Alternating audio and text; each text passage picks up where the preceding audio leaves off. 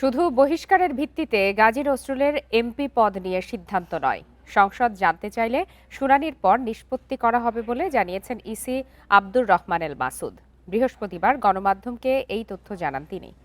সামাজিক যোগাযোগ মাধ্যমে ব্যক্তিগত মুহূর্তের ভিডিও ছড়িয়ে পড়ার ঘটনায় আলোচনায় আসা সাতক্ষীরা ৪ আসনের সংসদ সদস্য গাজী নজরুল ইসলামকে দল থেকে বহিষ্কারের সিদ্ধান্ত নিয়েছে বাংলাদেশ জামায়াতে ইসলামী।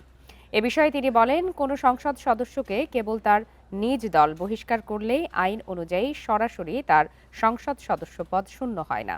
বিষয়টিতে আইনগত প্রক্রিয়া রয়েছে। তিনি বলেন, এ বিষয়ে যদি জাতীয় সংসদের স্পিকার বা সংসদে কোনো সিদ্ধান্ত বা নির্দেশনার জন্য নির্বাচন কমিশনের কাছে বিষয়টি পাঠান, তাহলে কমিশন উভয় পক্ষের শুনানি গ্রহণ করবে।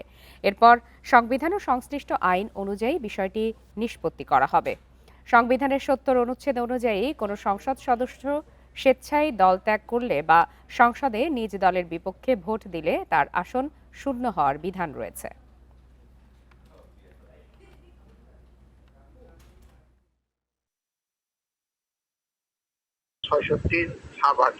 অনুযায়ী রেফার না করলে মানে ইসির কোনো কগনিজেন্স দেওয়ার এখতিয়ার আছে বলে আমি মনে করছি না।